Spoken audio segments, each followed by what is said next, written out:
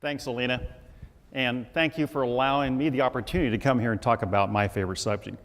I am Doug Ming. I'm the Chief Scientist for the Astromaterials Exploration and Research, Astromaterials Research and Exploration Science Division here at the Johnson Space Center. And yes, I am a scientist. I have a doctorate degree in mineralogy. And I have been working here at Johnson Space Center for just about 30 years. When I first came here, I got heavily involved in the Advanced Life Support Program. And so for about 15 years, I worked really hard on that particular effort of how we could develop life support systems for long duration missions on the Moon and on Mars. Then about 15 years ago, I had the really unique opportunity to get more into back into the science that I was trained in. I had the opportunity to get involved in a Mars landing mission. Since that time, I've been very fortunate to be actively involved in 5 landed missions to the surface of Mars on the science and the operation teams. So, when people ask me what I do, I tell them, I say, I go to work on Mars every day. Now, I don't put my boots on the surface, but through the eyes of these robotic missions, I am able to do research almost real time on the surface. So it's great that I just get up and say, I'm going to work on Mars today. Now, I am involved in 2 missions right now. I'm involved in the Mars Exploration Rover Opportunity, and I'm also on the science and operation teams for the Mars Science Laboratory Curiosity. I have a job that I do for the Curiosity mission. I am what they call the Science Operation Working Group Chair. And what that is I am the one that leads the science team in defining what the rover is going to do for that particular day on Mars. Are we going to drive over there? Are we going to look at that rock? Are we going to drill this rock? What are we going to do? So I've been heavily involved in leading those tactical operations, and it's been really an honor to be in that position. Now, we all know here in Texas, everything is bigger in Texas. We've all heard that. How many times? Well, folks, Mars has really big features. Valley Marineris stretches all the way from the eastern to the western coast of the United States if it was here on Earth. And Olympus Mons is the highest volcano in the solar system. It's 3 times higher than the highest volcano on Earth, which is Mauna Loa out in Hawaii. And that's from the base down in the ocean all the way to its top. Now, we landed in Gale Crater with Curiosity. And things are also big for Curiosity in Gale Crater. It's a 155-kilometer wide diameter crater that has this mound in the middle. Notice I said mound, but to us here on Earth, that is a mountain. It's over 16,000 feet high from the floor of the crater itself. And you can see Mount Rainier is only about 14,400 feet. And so if you're standing in Seattle, Tacoma, looking off at Mount Rainier, that is an incredible view. Well, you can well imagine the view that it is for our rover, Curiosity on Mars right now. So the prime goals of the mission are to characterize and assess the past habitability at the landing site, both present and past. Could life have evolved and could it have persisted there? We're doing that by looking at the biological potential. What are the elements for life? Are they there that are necessary? Characterizing the geology and geochemistry, looking for water. Water is important for life, right? And then also looking at the record in the rocks themselves, the mineralogy, to look at what past climates on Mars might have looked like. We also have on the payload and the capability to do radiation assessment. We launched November 26, 2011. We landed August 6, 2012. And this is an incredible image caught by our high-rise camera on the Mars Reconnaissance Orbiter as the parachute and spacecraft were going into entry, descent, and landing. Now, EDL, this was 6 to 7 minutes of terror, they called it. And there was a lot of things that happened. Parachutes deploying, slowing down the spacecraft, breaking away from that parachute, and then descending to the surface with a controlled descent lander in the form of a sky crane. And on a tether, we rolled out the rover. When it hit the ground, the wheels were deployed. We were ready to roll. The sky crane was released and flew away. This image is a high-rise image. On the left side are the burn marks from that descent lander, you can see. And then we made tracks over to the east about 1 kilometer-mile, and you can see the rover tracks of Curiosity here, to an area called Yellowknife Bay. This is a low, and in these lows is where you would expect what? Water to accumulate. So our theory was this was an area where water might have actually ponded. On our way down there, we stopped at this wind-blown deposit called Rock Nest. And here you can see Rock Nest in front of the rover. We used the scoop to scoop up some of this material. This image was taken with our geologic hand lens, the Molly, that was out on the end of the arm. And back off in the distance, you see that monstrous looming Mount Sharp. Now, we took some of this material and we delivered it to our instruments. We also looked at the physical, chemical, mineralogical properties of this material. And you can imagine how important this is, not only for science, but to understand these materials on how they will interact with our humans and machines when they're on Mars. How will they affect our spacecraft? Suits, airlocks, and the humans themselves. All important questions that are being answered by the data sets being returned by Curiosity. Now, we delivered some of this material to one of our instruments on board the spacecraft. This instrument is a sample analysis of Mars, or the SAM instrument, and what this does, it heats the sample up and it sniffs the gases that are driven off with a gas analyzer. What we found? Water. About 2–8% of the material here was water. Could this be used for propulsion systems? Could it be used for life support systems? This is something we need to consider.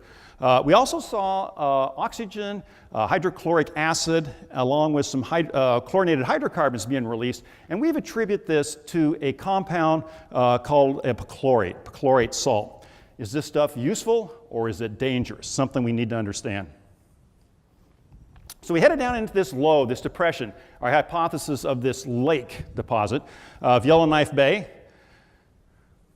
And we came to this area that we call the John Klein area. And if you look at this, and it's been a really dry year here in Houston, we got lots of clay. All of us know what clay is here in the Houston area. And this material is wet, it's ponded, it dries out, it cracks. These are mud cracks. Now, these aren't exactly like the ones here in the Houston area, but these materials have a lot of the same properties. They're a little more resistant, there's a little bit more fractures in this, but there are larger fractures that we think could be to desiccation of potentially clay-type materials. We drilled a hole. We have a drill on the end of our arm. We were able to drill this material out and put it in one of our instruments on the rover, and in this case, we put it in the chemistry and mineralogy, the ChemMin instrument. And this instrument detects the mineralogy. Now, there are two images on this particular slide. On the left is this image of this sand deposit, this wind-blown deposit at Rock Nest that I just talked about, and on the right is the one from this kind of, we call it a mudstone, this really fine-grained material that we drilled out of this sediment. And near the bottom of this diagram on the right, there's this really bright region. And this is due to the diffraction of the X-rays, it's what's used in this instrument, to diffract off of the mineral, and in this case, it's a clay mineral called phyllosilicate. So we discovered that, yes, this stuff is like stuff around Houston. These are clay minerals, and we had about 28% of these materials in our sample. So our conclusion here in this brief jaunt over to Yellowknife Bay was that this was an intermittent river system with probably shallow lake deposits. Now, one thing also we found, we got the water, we have an environment that could have been supportive of biological systems. What about the key ingredients? We did discover carbon, hydrogen, nitrogen, oxygen, phosphorus, and sulfur, all key for living systems. So we did find what we call a habitable environment. Now, we left this little jaunt over to Yellowknife Bay, and we traveled 9 kilometers down to a place called the Pahrump Hills. Now, along the way, of course, we did a lot of science.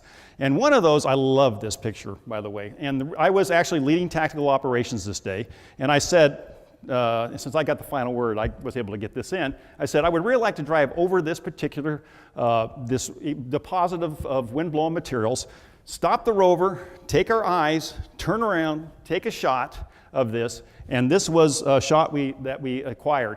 Now, this is great for, you know, it's a beautiful picture, number one. Number two, it provides us with some science input, but it really helps with us looking for humans. How will if we have a rover or wheels interact with these kinds of materials? How far do we sink? These are really key things that we are looking at that will feed forward to human missions.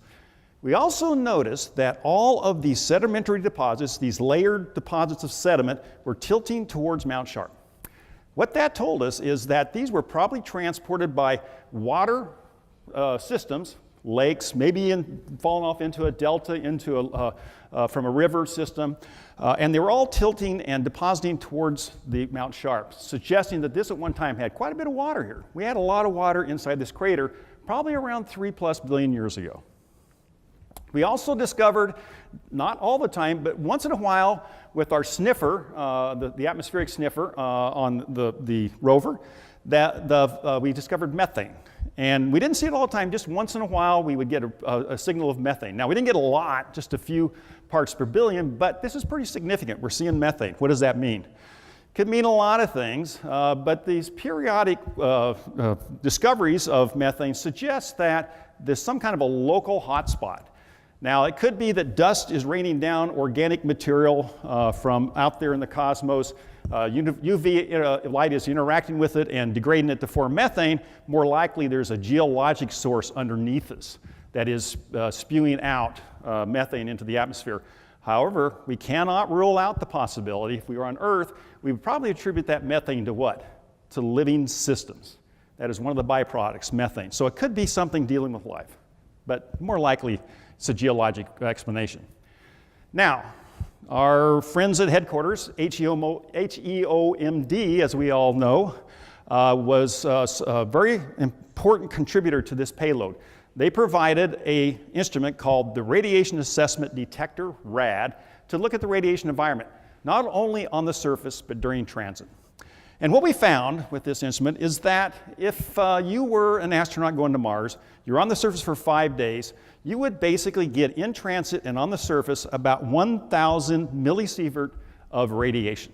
Now, station for 6 months, 75 millisiemens. Here in Houston for 1 year, 2 to 3 millisiemens. So, radiation, we know it's going to be a problem. We're definitely going to have to address this with humans. Now, we just finished about a 6-month campaign at the base of Mount Sharp. We're here at what we call the foothills of Mount Sharp. We went up to this outcrop and we really did a detailed characterization here of the physical properties, the mineralogical and chemical properties, because this is probably the base of Mount Sharp. This is as low as we're going to get in the stratigraphic section, because here we go up, they're going to be deposited after this material. Now, this is a great image from high rise. This is this Pahrump Hills that I just showed in the previous slide. And what you will notice here is that the rover is just leaving Pahrump Hills and we're starting up this drive called Artist Valley. And today on Mars, it is Sol 971. We've had 971 days, Mars days of operation. We have gone over 10 kilometers of roving, and we right now are sitting at a place called Logan's Pass. That's where the rover is as we speak. So, how is Curiosity helping us to look forward to human missions? What is it providing us? Resources. What are the resources, information that we're gathering? Well, we know there's water. How can that water be used? Can we extract it? Can we then split it and use it for propulsion systems? Can we use it in life support systems? What about these perchlorate salts? Can they be used as a fuel as well, both in the rockets, propulsion systems, as well as in fuel cells? CO2 from the atmosphere. We know we got an atmosphere that contains CO2. Can that be extracted? Can that be utilized to potentially make oxygen for propulsion systems? Methane. Can we find a hot spot for methane? You know, methane's kind of a hot topic for propulsion systems around here at JSC. Is it a possibility we could use methane? And then the hazards. We got to address the hazards as well. Dust. That's always on everybody's mind. What is going to happen when humans get dust in their lungs? And then the radiation. We got a pretty good idea about the radiation from this mission. And then this compound called perchlorates. Is it going to be toxic? Something we will have to address.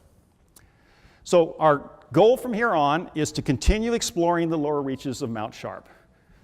And let me tell you what, from the view right now of the rover, it is absolutely incredible. We've got these layers, these sedimentary layers that contain iron oxides, they contain clay minerals, they contain sulfates, just a whole entourage of stuff. And the mission's really just starting now, because the stuff we're getting into is just absolutely stunning from orbit. I can't wait to get there in real life. So, on to the slopes of Mount Sharp. And as we do this, Curiosity is trailblazing, in my view, the path for humans to Mars. Thank you.